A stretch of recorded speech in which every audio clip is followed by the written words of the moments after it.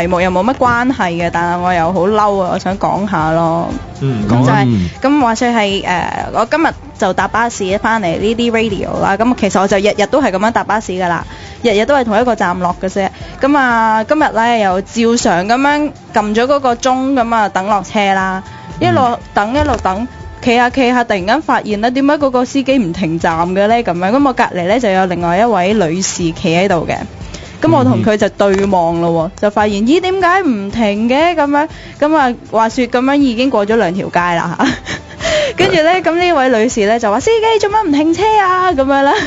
我因為呢個應該係你講㗎。唔係，我冇啊，我冇出過聲。跟住個司機繼續行啦，佢就話。咩啊？呢度冇站㗎喎，咁跟住我就好激動咁話，我日日都係咁樣落車㗎喎。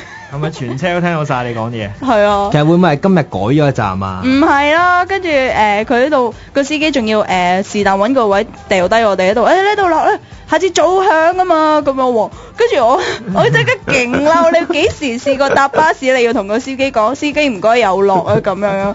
真係黐線，我好嬲啦！咁我特登行翻轉頭啦，咁我都要行翻轉頭嚟呢啲 radio 噶嘛，咁我行咗3-4條街先翻到嚟啦。用多咗幾多時間？用多咗我諗3個字到啦。好唔抵啊！好唔抵啊！嘥咗三個字嘅寶貴時間啊！咁我專登望下係咪有呢個站喺度啦。咁當然佢仲喺度啦。咁係呢一個司機嘅錯失。